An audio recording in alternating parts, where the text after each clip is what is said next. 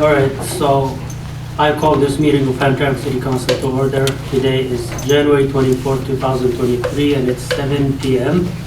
Would the clerk call the rules, please? Councilwoman Jakowski? Present. Councilman Mahmoud? Yes. Councilman El Samiri? Yeah, present. Councilman Hassan? Present. And Councilman Rafai and Councilman Chowdhury are not present. Mr. Mayor is present. We have a quorum. Thank you. Let's rise for the pledge of allegiance. I pledge Allegiance to the flag of the United States of America and to the republic for which it stands, one nation, under God, indivisible, with liberty and justice for all. Do we have any community announcements?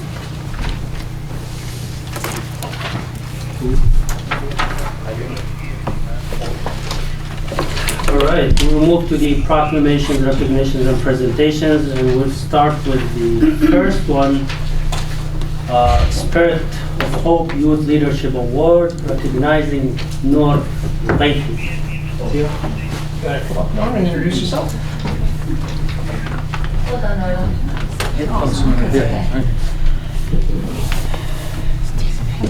Hi. You want to tell us about yourself a little bit? My name is Lauren, and I'm very thankful to be here. Thank you for everyone and for your hard work, and thank you for the mayor and the student. Oh my God. City Council. Sorry, city council. Thank you. So you're 11 years old? Yes. Okay, I'm going to go ahead and read the proclamation that we have for the... So Spirit of Hope Youth Leadership Award recognizing Noor Laifi.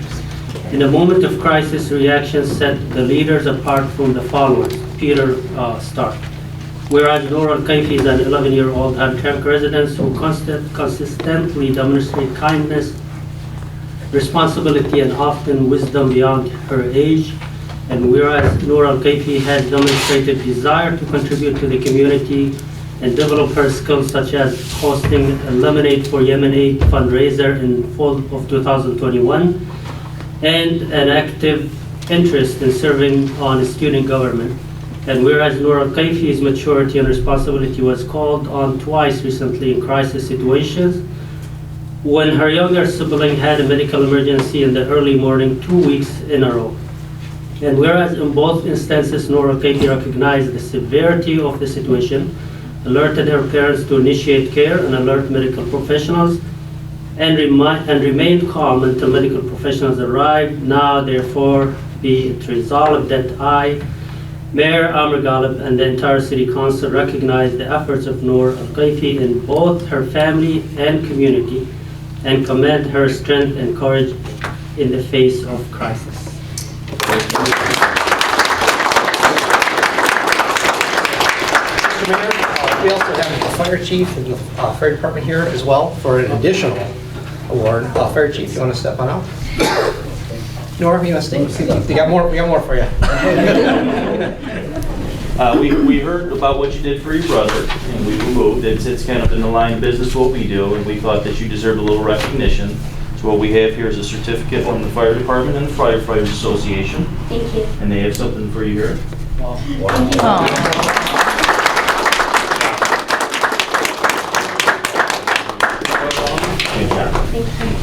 Chief, Andy, you want to stay up there with her? Mayor's coming around. We'll take a couple pictures. Good day. You want to come up, Dad? No need. Okay.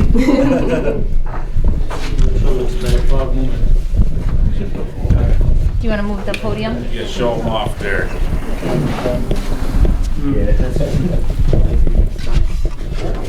Like that. All right, everyone smile. Nice picture.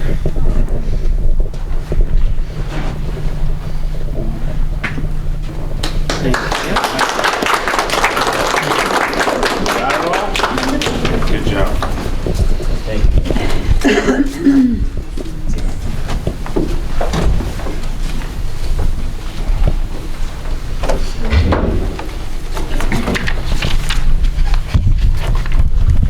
All right, the next one is Mayor's Certificate of Recognition for Razam Kilawi. and she is not available. She's in Ann Arbor having classes, but I'll keep her award until she comes. I'll read it. City of Hamtramck Certificate of Achievements to Razan Kilawi. The City of Hamtramck would like to congratulate you and recognize your Faces of Hamtramck art installation. Your vision and leadership provide heightened visibility to the value of the arts.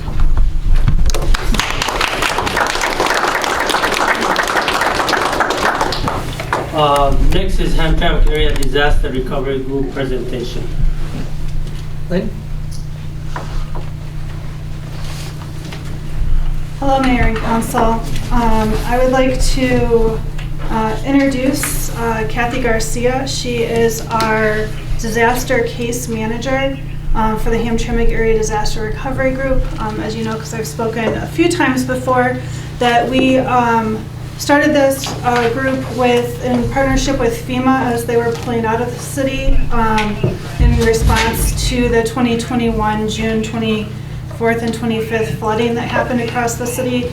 And our organization is committed to working to make sure that every resident affected by the flooding is as recovered as possible. And Kathy's here to explain a little bit more about what that process looks like, where we're at in that process, how to engage, and I'm excited to be here. Kathy? Well, thank you. Thank you so much. So I am Kathy Garcia. I'm actually from Texas. You can probably tell by my accent. I don't have my cowboy hat on, but yeah. We are excited. We have gotten the grant from FEMA through MIDRR to do case management. We were awarded your area in Hamtramck to visit with survivors to discuss with them their recovery plan, what they're still needing to recover from the disaster of June 2021. And that's what we're here to do, is to visit, to be in your community, to try to talk as many survivors. As you know, the number is very high in Hamtramck. A lot of it has to do with flooding, that people didn't have flood insurance with. So they didn't get very much. Many didn't get very much from FEMA, and this is where long-term recovery comes into play.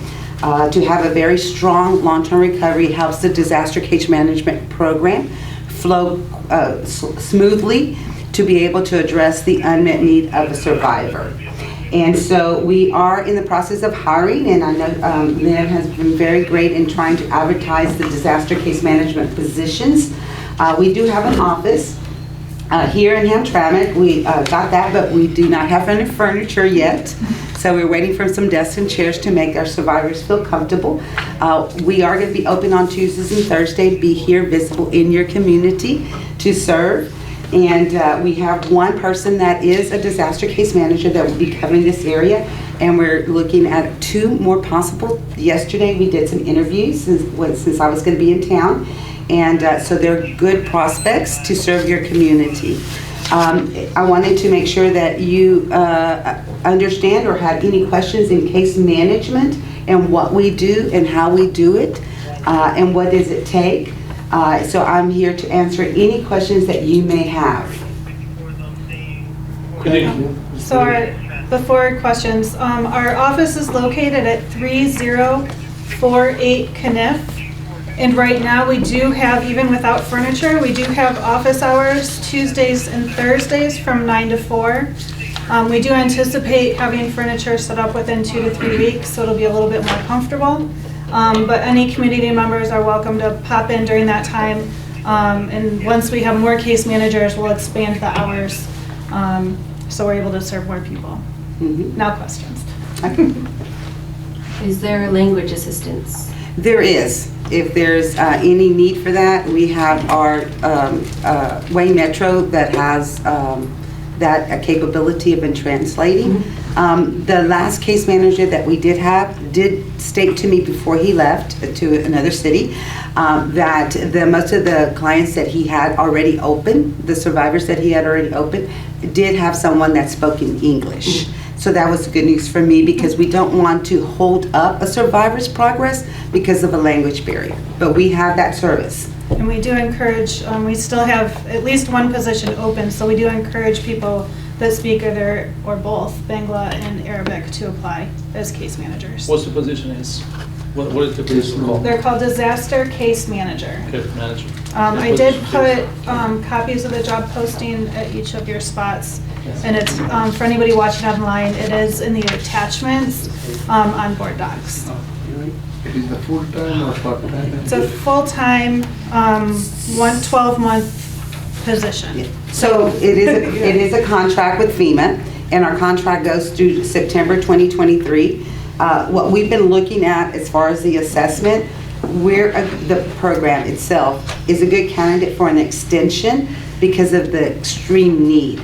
We have construction cost analysts that we hired. They have been doing assessments in your city. And right now, the average cost of the assessments have been at $25K. Can you imagine? If you have, I can't exactly remember the number, I think it's 3,000 something from the ISA list, from the FEMA list that we have to do outreach with.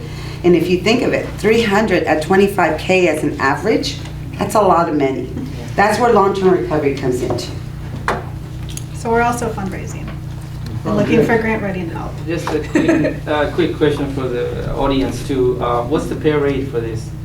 Do you know? So I don't have the authorization as a supervisor to that. That would be Anthony Placino question, and we'll discuss that based upon their experience, their knowledge, and their skills. But it's a good pay. Yeah, I know Dean has been advocating and sending a lot of emails about the disaster case manager. It's been very wonderful putting these messages out there, and I appreciate it, both of you, for working hard. We're here to serve. Thank you. Any other Thank you, questions? Sid. All right. Thank you. I'm here if you have more. All right, thanks. We also have the job description and the flyer uploaded on board docs Yeah. too. Thank you. All right, next is the 2022 annual report for Hamtramck Historical Commission. Mr. Mayor, we're joined by Greg Kowalski. Hello. Good evening, everybody. Thank you for allowing me to come here too as well. You should have gotten a copy, or you will be getting a copy very shortly of the annual report. It also will be on our website for everybody who wishes to take a look. It's been a very, very busy year for us. We've accomplished a lot. We've grown a lot. We've been doing a lot. We've gotten a lot of attention for what we've done as well, too. We did this dig we did, the archaeological dig we did with Wayne State University was a huge success.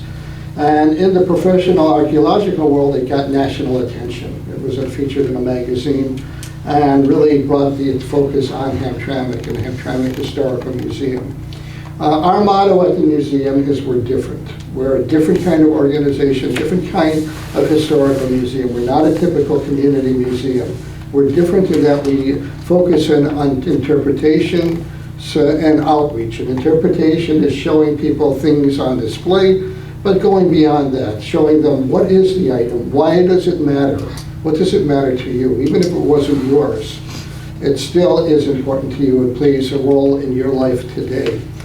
And we do community outreach. That's the thing we really are focusing on. We are working with Wayne State University. We actually have a signed agreement to work with them on projects. We are working with the Hamtramck Public Schools. And that's a very important project. We're doing our history project with them. And we are the first community museum in the state of Michigan, at least, that is actually doing this. And we had representatives of the state of Michigan come down to watch our program in action, in our interaction with the students. This also involves Wayne County Intermediate School District as well, too. So these are important programs that are getting us and focusing attention, not just on our museum, but on Hamtramck. And that's what we want. We want to be recognized, too, not just as a museum, but as a community resource. And we bring people to Hamtramck, we teach people about Hamtramck, we promote Hamtramck. And we also foster communications among Hamtramckans. And this is really what I came to talk to you about. And I won't be extensive on this, but this is where you folks come in too. And everybody here as well. We want everybody to understand that this is the Hamtramck Historical Museum. It is not the old white Polish museum. It is the museum for everybody in Hamtramck. If you arrived here yesterday from Yemen or Bangladesh or wherever, this is your museum. You are welcome here, you are invited here to take part in the programs and be a part of what we're doing. It is for everybody in Hamtramck. Spread that word. Thank you. That's very nice. Yeah.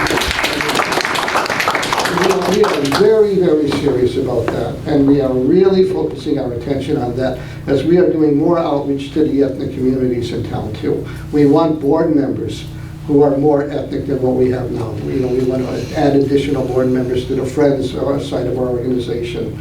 So one little point to make is that we are the Friends of Historical Hamtramck, the Hamtramck Historical Commission, and the Hamtramck Historical Museum.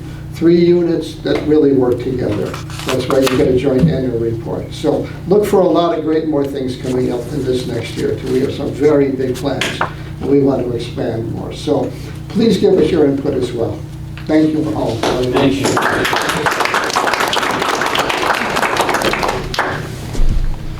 Thank you, Mayor. Next is the annual report for the fire department. Chief?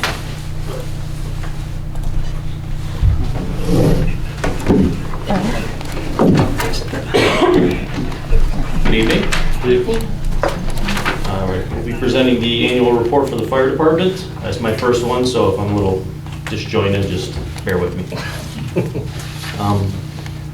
Ron, are you gonna put it in? Yes, you didn't put it, they don't have it in board docs, so I'm gonna get it off my email.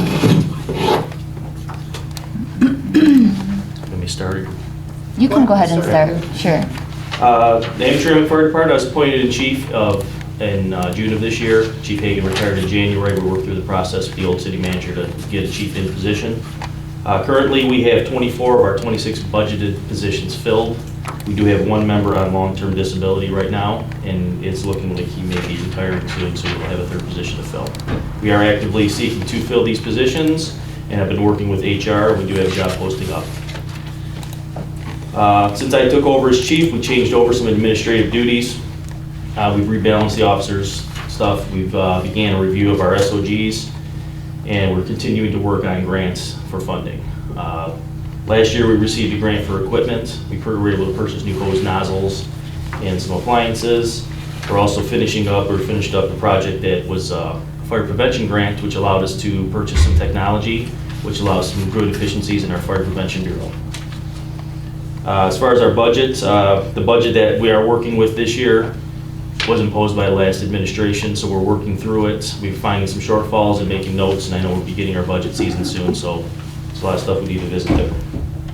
As far as our fire prevention, or what we like to call it now is community risk reduction. It's more of an overall holistic thing. We want to encompass all areas of safety within the city, but our primary focus is still on fire prevention. With this comes along code enforcement. So like I said, we did get the grant for our fire marshal. This year, once we got the project up and running in May, he was able to complete 1,513 inspections. That's inspections, re-inspections for all businesses, rentals within the city. We'll compare that to last year where the fire marshal was only able to finish 301. And the year before that was 258. So we're seeing greatly increased efficiencies. We're getting out, we're getting in more businesses, making the city a lot safer.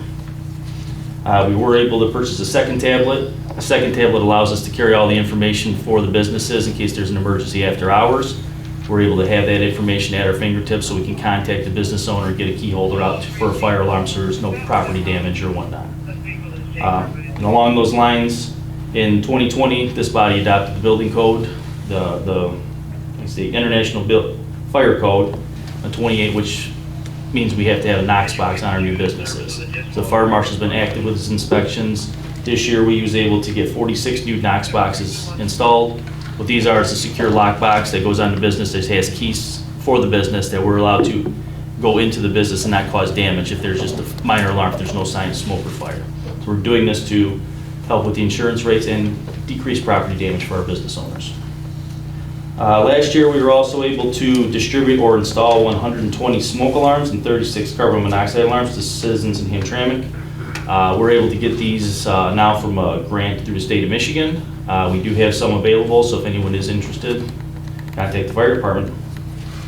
And the last part of our fire prevention is business walkthroughs. We call them pre-incident surveys. What we do is go through our target hazards, mostly our high occupancy buildings and our industrial properties, our schools and our large assemblies, to get our crews familiar with the buildings so they know what's going on, the layout of the building, where the utility shut-offs are before there's an emergency. So we were able to get into 19 separate businesses. We do that 4 days a week to get our entire department through annually. We also did 10 school visits during Fire Prevention Week. We were able to reach over 1,000 children this year with our fire prevention message in the month of October. We did have 2 schools visit the fire station as a tour. We're starting to bring that back in post-COVID. So we were also able to attend 8 community events, including Hamtramck Public Schools Back to School Fair, which we helped distribute 300 COVID test kits. All right. As far as incident responses, we responded to 949 incidents. This is a 22% increase over last year. And we're slightly higher than our 5-year average of 898. And NFIRS is our reporting system. We'll report to the federal government. They use these data points to track fire trends in the country. We showed an increase in 8 of the 9 categories this year. In 2022, we responded obviously to many fires, but there's some of significance. We had a fire in Edwin where there's damage to the neighboring homes. No one was injured. On February 23rd, we had a fire in Nibel in a house that was under construction. There were no injuries. March 1st, we had a large fire in a 2-car garage. There were no exposures. March 22nd, we had a large fire on Prescott, which extended to the 2 houses on either side. We were there for an extended period of time. There were no civilian injuries, luckily. June 19th, we did have a fire on Edwin Street where we did have 1 civilian injured and he was transported to the hospital. On October 24th, we had a fire on Zeno, who's in the attic. Our guys were able to knock it out quick, did displace 2 families. And lastly, we had a small fire right here across the street on Evans. On Evans. And it was a small fire, but we did have a citizen was displaced. So that represents the major incidents we had this year. We do have an auto aid agreement with the City of Detroit and Highland Park, which does take us outside of the city from time to time. Last year we responded to the City of Detroit 225 times and Highland Park 23 times. Reciprocally, Detroit came here 28 times, and we received aid from Highland Park 17 times. Now, with this auto aid pact, which this allows us to do is try to match the NFPA standards, which set the standard of having 17 firefighters on scene within 8 minutes of the call. And having this auto aid agreement allows us, they come in with their manpower and allows us to keep our losses and damage down. Any questions so far? I'm trying to be. No, You're doing great. You're covering pretty good this year. All the numbers are there. We're trying. All right, as far as training and education, our suppression personnel, we train every day in the firehouse, Monday through Sunday. Last year, we completed 7,016 hours of daily training and daily duties. These include our daily equipment checks. That averages out to about 3.2 hours a day of training per firefighter per day. Among this training, we had some of our members went out and were trained on electric vehicle responses out at the Crest Center in Auburn Hills. GM sponsored that training. All our department drivers participated in apparatus rodeo. We were able to use the property the old Masson property before Hamtramck Recycling started construction to do our rodeo on there. We had to do that annually to keep our guys proficient and certified. We also had our CPR recertification. We came in, we do that every 2 years to keep our guys current. In addition to this, our guys do go to class off duty. We had 3 members who will become certified as a fire instructor 1. We had 2 members continue on after that to do their fire officer 1 and 2. And we had 1 firefighter take his driver's safety class, which allows him to go on to begin the steps to become a certified driver. On top of this, our fire marshal, poor guy's got to do a lot of training here. For his inspections to keep certified, he does 25 hours annually, and for his investigations, he does 20 hours annually. Usually he manages to do these with a multi-day seminar. He gets through them pretty fast. Keeps him pretty busy. I also attended the new Chief Executive Officer program at the National Fire Academy. And the fire marshal and I went to a community risk reduction class in the fall, hosted by the Southeast Michigan Fire Chiefs. All right, moving on to our building and grounds. As you guys know, we have an old fire station. Part of it was built in 1918, the second edition was built in the 20s, and the last edition was in the 1970s. So this building is old, it's aging, it's giving us a lot of challenges. Two of our big areas in the building are our roof and our basement. We do have leaks. This is something that we're going to be looking at and addressing in the next budget cycle. Past that, this year we did have a couple issues with the sewer lines. The DPS was happy. They got crew out there right away, had it fixed. The DPS also had our back alley paved behind the firehouse. It was collapsing. It was in terrible disrepair.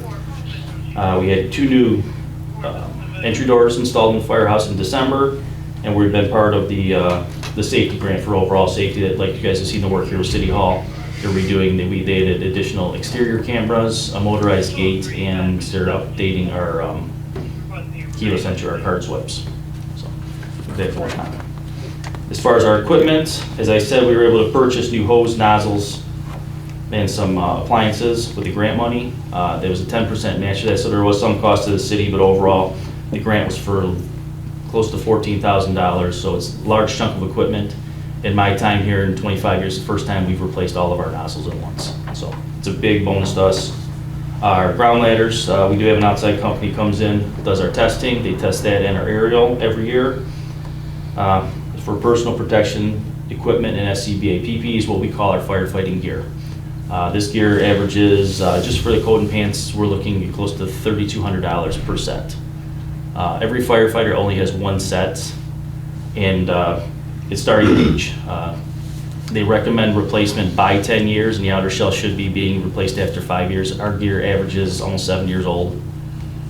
So it is showing wear, and there's a formula that the gear companies use based on the age, on if they should replace it. Almost all of our gear, if it would go in for a minor repair, they would recommend replacing it now.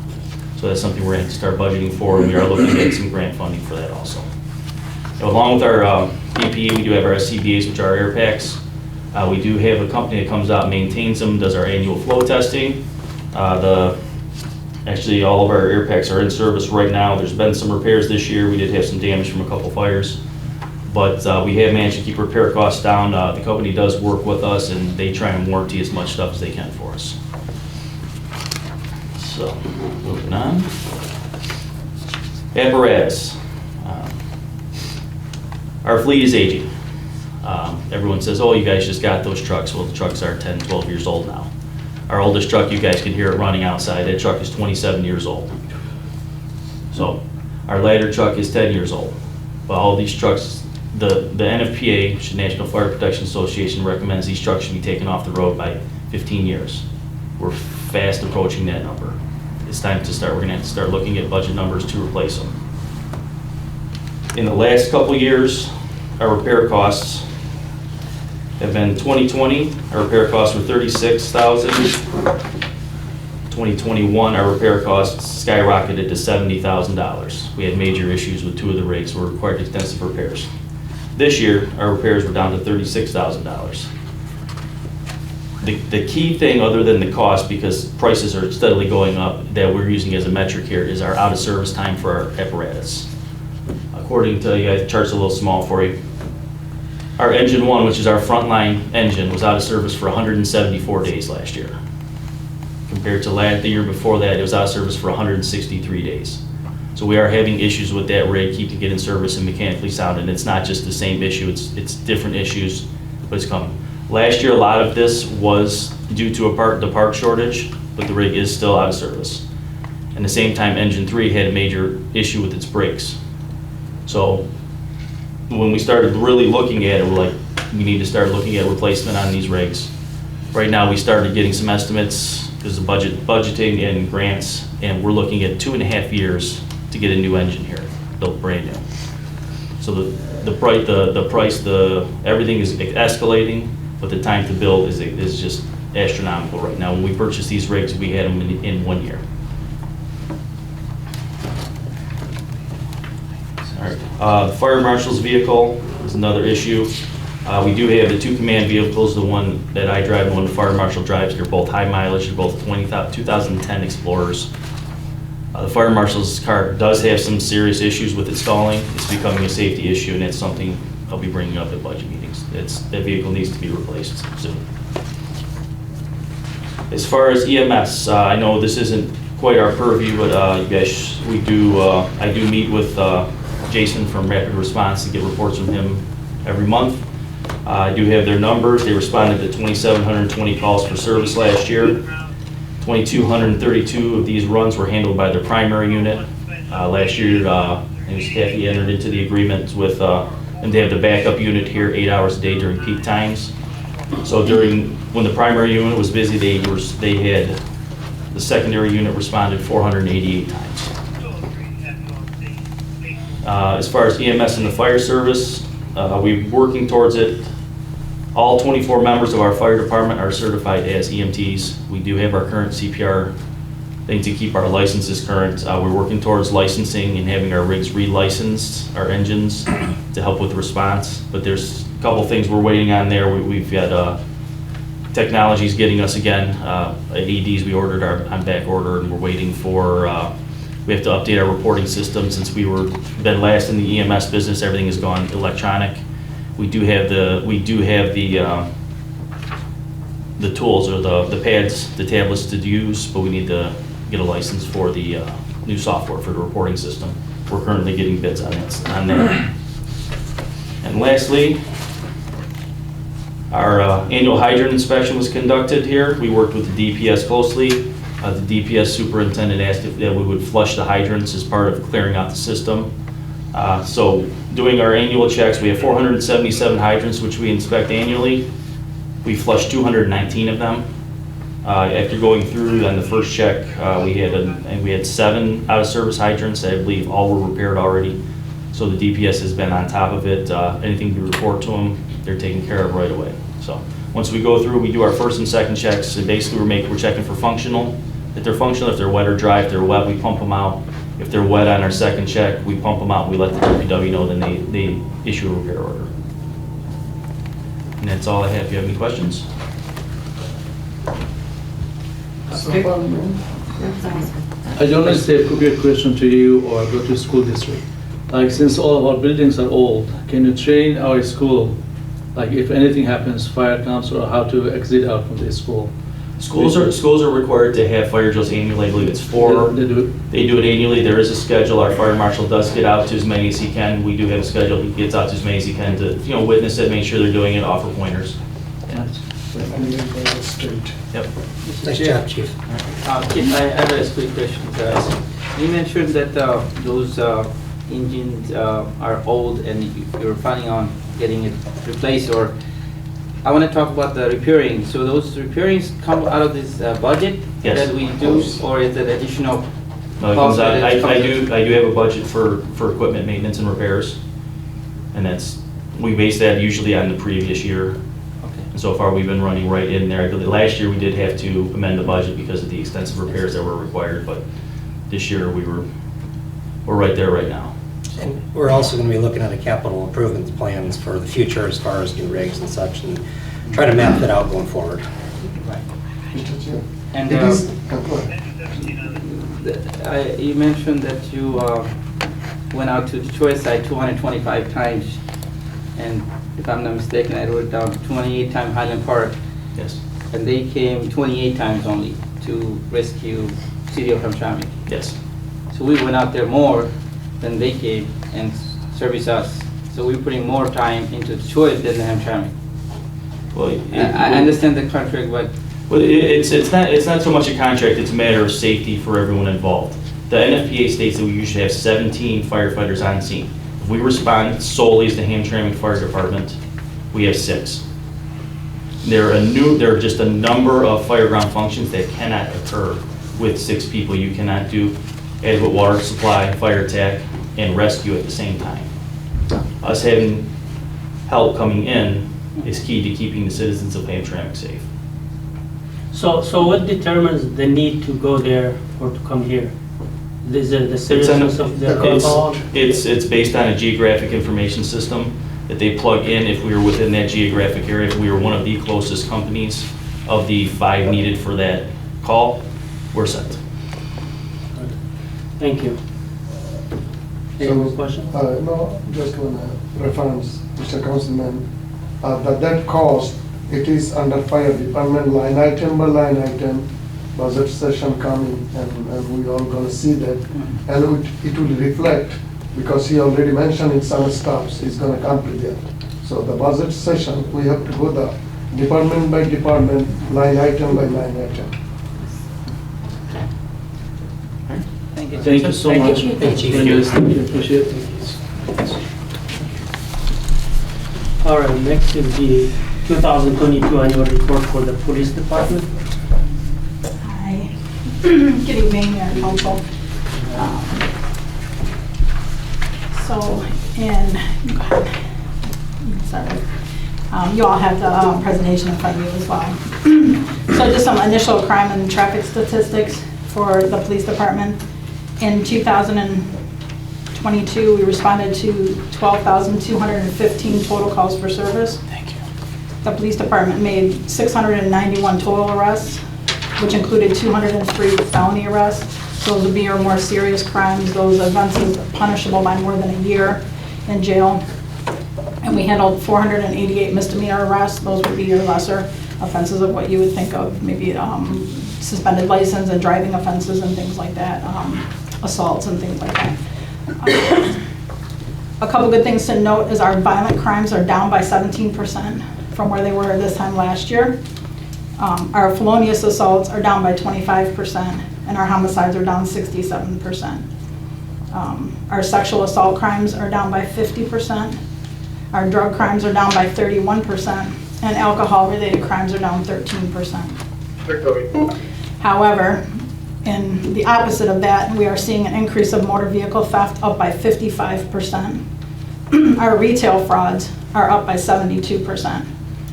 Our property crimes are up 25%, and our hit and run accidents are up 82%. So those are the number of times that someone was involved in an accident and fled the scene without sharing their information with the other driver. We do have an investigator that handles those specifically. So we are seeing a lot of increases in some of those property crimes, but it's good to know, like I said, that our violent crimes are down.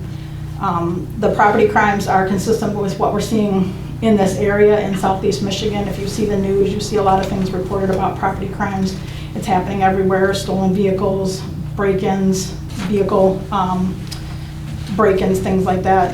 And we're also seeing that nationally as well. In terms of traffic citations, the police department wrote 7,464 traffic citations, which included 5,441 civil infractions. And when I broke it down by speeding, it was 1,745 speeding citations. Misdemeanor traffic, we wrote 838 tickets. So again, that would be your driving while license suspended, your drunk driving, and things like that. Dangerous and reckless driving, we did write 90 citations for that. And our parking related, these are non-meter tickets, so these are just the ones that go out, handicap parking, fire hydrant parking, the parking on the yellow curbs, were 2,389.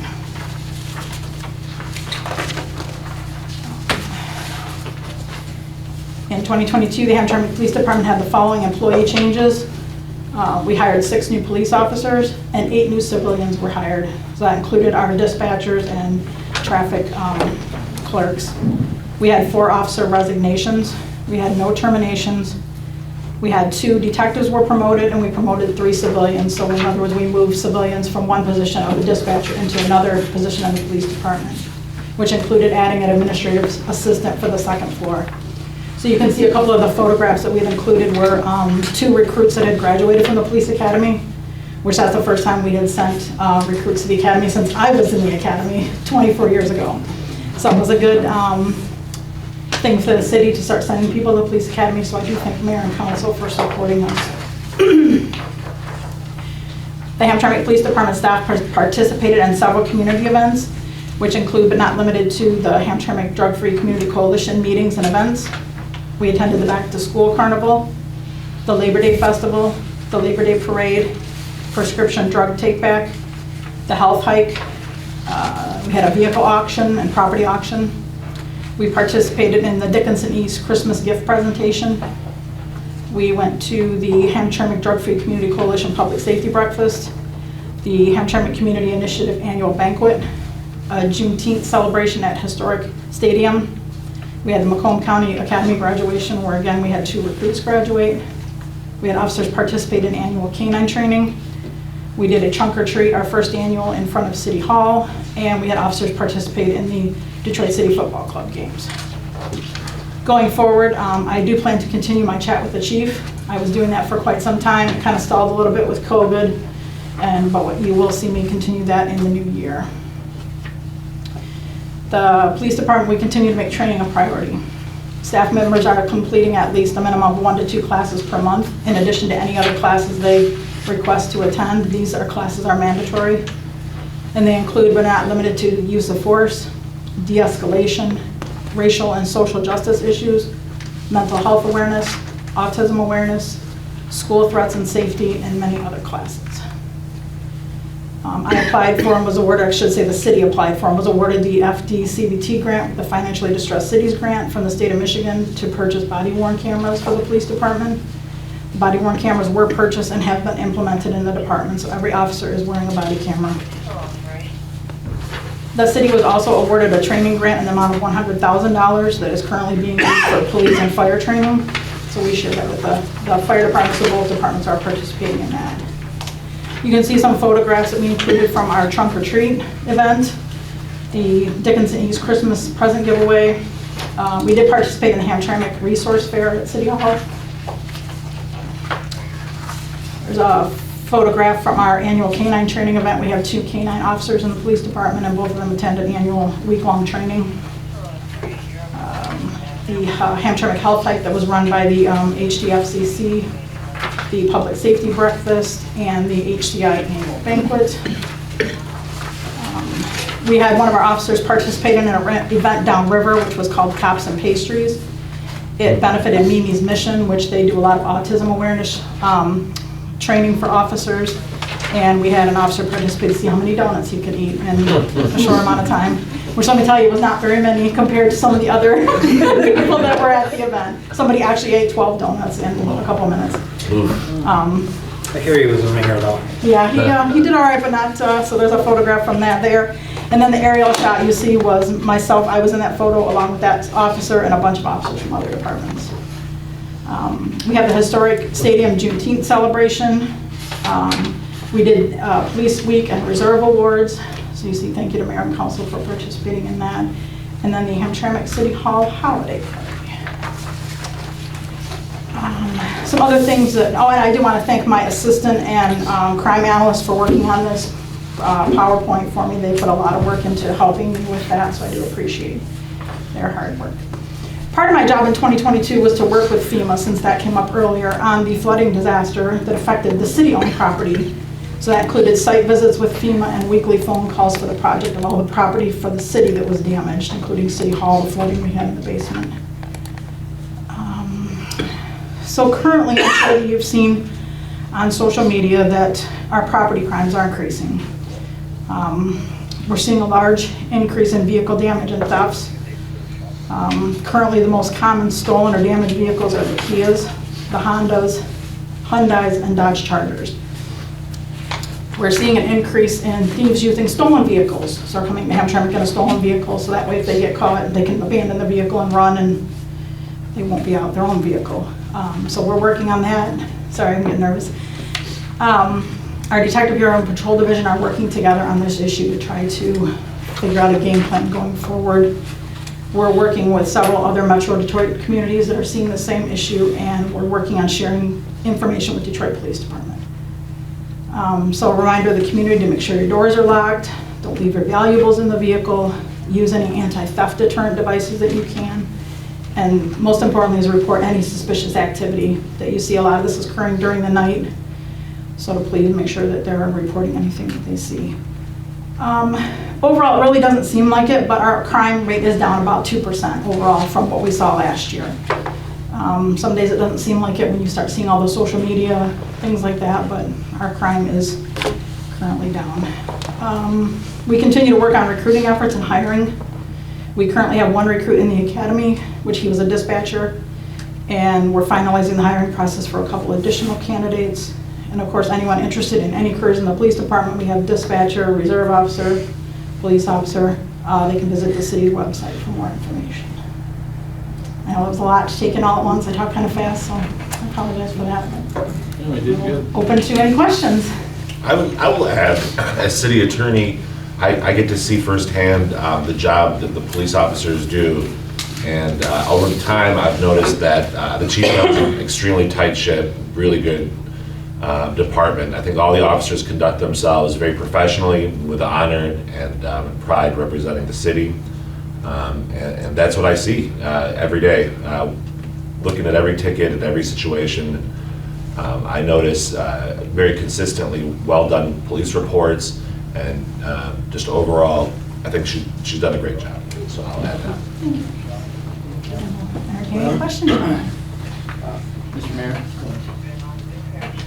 Well, I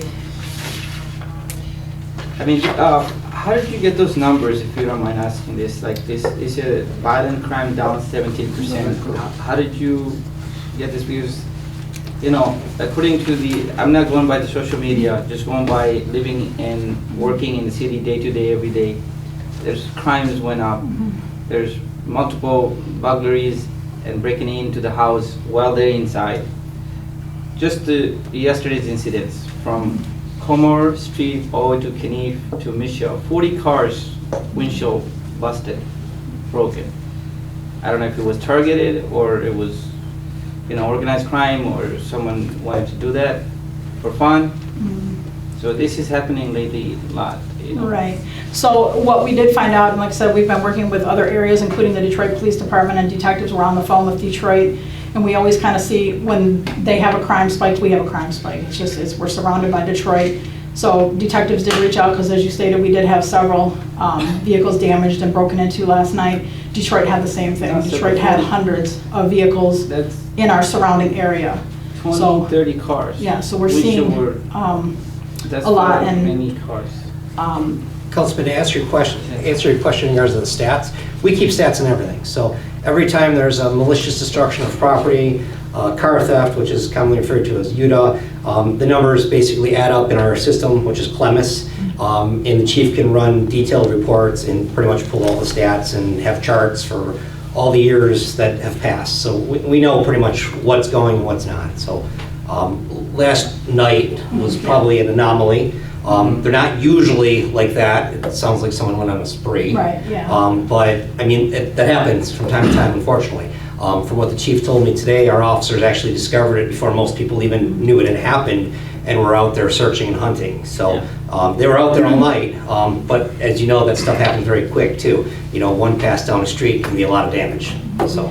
And we have, you know, and we have not seen numbers like this since early on in my career. That was the big thing back early on in my career. Stolen vehicles, Jeeps, all those kind of vehicles were stolen on a nightly basis, 10, 20 vehicles. We haven't seen numbers like that until recently. And like I said, that's why you compare it to what we're seeing in Southeast Michigan.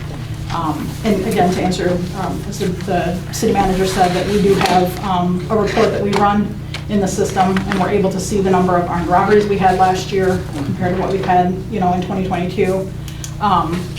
Some good statistics to report is that we did make 8 armed robbery arrests with the crimes that we had, and when you look at, you know, the numbers of having 36 last year, it may not seem like a lot, but it really is.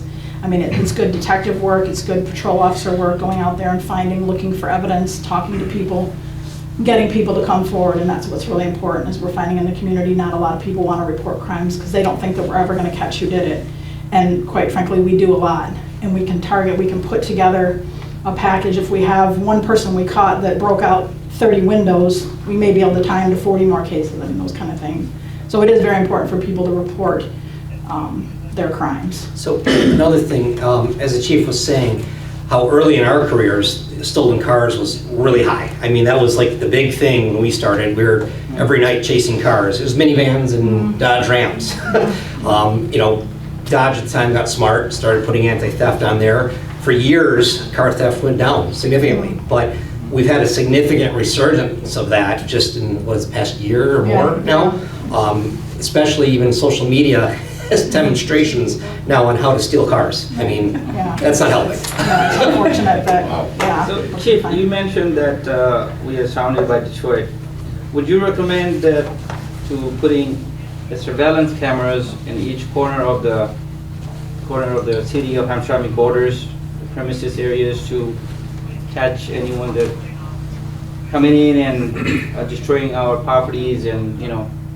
It is something we're looking at. As a matter of fact, I have a Actually meeting exploring tomorrow it. with a company that does do the cameras similar to what Detroit has, like the Green Light Project. Mhm. They have other cameras Yes, that are really good for surveillance and capturing license plates and being able to, so we actually have a meeting tomorrow, myself and my lieutenant, with a company to try to see what kind of, you know, So we're program we thinking can like, offer. If we can look at So, it. yeah, That's a what great we idea, leverage. because Yeah. if you have a Davison and Knief and a few areas, that will cover the whole city. If we can leverage technology to help. especially on the borders, like, you probably saw this video, the a lady with the 10-year-old son walking into the door with the groceries, and two gunmen came out of the car and pointed a gun and tried to snatch the parts, while they're approaching to their home, while they're going into the house.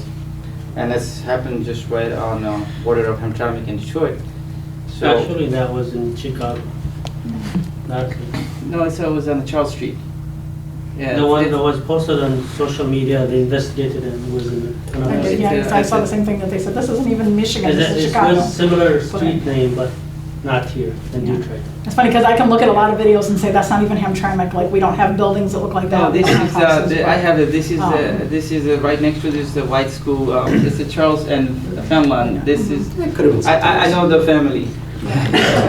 Sorry to say. One of the things with the cameras though, is if we get these cameras throughout the city, They put it like under it's like a Bangla town, you know how we have a Bangla town sign, so they put the Bangla town sign and they're putting it on all Bangladeshi news media and said that Bangla town is under, high crime and this and that, and then our Bangladeshi TV channels are, it's the video clips. Yeah, it's right there on Charles and Conan. This area is Bangladeshi populated and Yemeni Americans, they're moving in,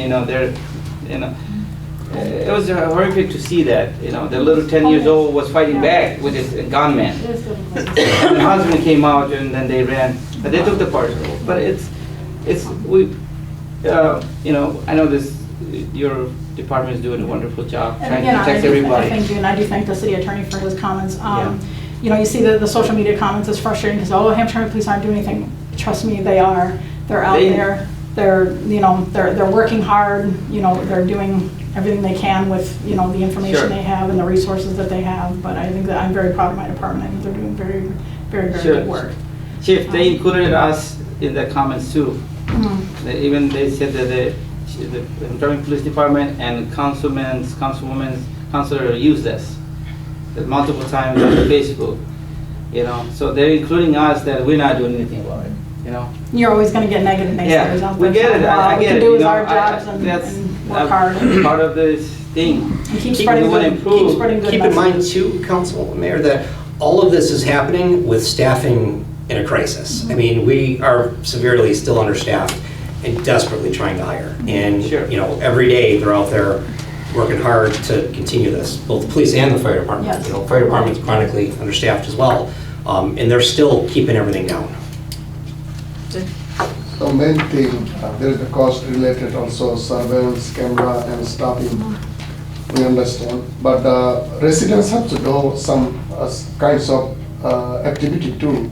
If you see, you restrict the people you don't know, suspecting somebody driving and stop and walking around, you don't know, you have to call the police. Same thing I see my street, one of the car, every midnight come, stay at the corner, no reason. So then one day I call police, as soon as police came and he gone. So there, and next day I see my neighborhood and the tire completely gone, the other thing gone, now a little safe. So if you don't call or only after the fact you report, the database is going to give you those kinds of report if it is after the fact. If you call before the fact, maybe you can eliminate those kinds of crime. Last night what happened, I can't believe that street, nobody cannot recognize, not even one. So, and I drive myself if I see like that. Call police and myself get up from the whole, drive the area. This area is our people, we know each other. Yes. Councilman, you hit it right on the nose. The police need the community. Yes. Yes. It's that simple. Yeah, that's A important. lot of the good catches and a lot of the crimes are solved by the community participation, the For partnership me between the to, police just and the to step community. up too, that's all. Right. In that case, I think we need to have a community town hall meeting to awareness to the community, hey, what we need to do. You know, you're short on I think police part of- department and I'm sorry, I was gonna say, I think part of that maybe as well is to, and Max was mentioned the staffing issues and mentioning the community involvement. I think it's obvious a little bit to me that the police department and the fire department for that matter could benefit from members of the community applying themselves. So I think part of the town hall might be to recruit people, if they're having staffing issues and having trouble, you know, communicating with the city, people of the city, bring them in. And I think that would solve a lot of issues. I mean, I think that would solve a lot of issues. So a town hall's a great idea. I think including that in that might be. And several of the civilians that we've hired recently are Hamtramck community members. So it's a good start for someone that may be interested in going to the police academy or at least seeing what it's like to be in the police department, to get, you know, kind of an idea. They may not have knowledge about law enforcement, so it's a good step and it is a good path towards the police academy. So we did recently hire a couple of good community members that we're excited to have them on board. So absolutely, we're always looking for community members too. also maybe it'll help, I'm sorry, Mr. Mayor, in the high school graduation party, maybe if someone goes there and talk about it, hey, Yep. a string event or something, might get interested, you know. Yeah. In fact, Sergeant Jokai is a graduate of Hamtramck High School, and they just had their alumni event that they have, and they invite him every year to come and talk about what it's like to be a police officer as a Hamtramck graduate. There was another graduate from Hamtramck, unfortunately. She went to a different police department, but she was there as well. So it's always good. So we do go to the high school. He speaks every year. They invite him, and so I think it's always. And we've been part of we do a lot of work with the schools as well. So. Thank you. Thank you for your time. Thank you. Thank you, Chief.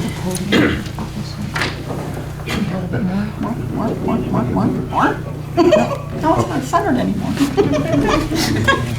Because of Ode's head over the podium. What'd I do? He needs your face to be seen in the camera. The podium was blocking your face. Oh, beautiful. Not only Block it, it looked like your Maybe head was actually, laying on top you know of the what? podium. All right, thank you. So the next one is proclamation, World Is that better? Hijab Day. And Sorry, you probably can't see. I can go ahead and read it. Proclamation celebrating World Hijab Day. Respect my pride, my devotion, my choice, my hijab. World Hijab Day is an annual event founded by Nazma Khan in 2013, taking place on the 1st of February each year in 140 countries worldwide. Its stated purpose is to encourage women of all religions and backgrounds to wear and experience the hijab for the day. World Hijab Day was started to fight discrimination against women and hijab after hate crimes against Muslims hit an all-time high after 9/11. As women around the world gather to celebrate World Hijab Day, support our Muslim sisters' freedom to express their belief without fear. As Americans, we value our freedom of expression without hesitation or influence from others.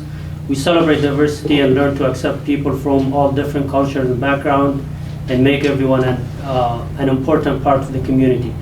Unfortunately, our Muslim sisters fear for their own safety, for their personal choice of wearing a hijab. They endure unwelcoming stares on the streets for their expression of devotion to their religion. No instances of hate should be tolerated if we wish to live in a peaceful society.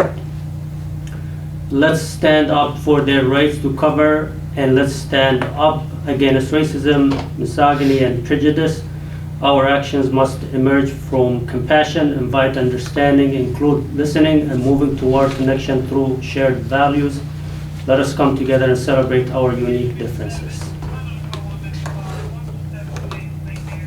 All right, so we're done with the proclamations, and we are moving to additions, deletions, agenda approval. Do we have any additions or deletions? All right. Next section is the public comment.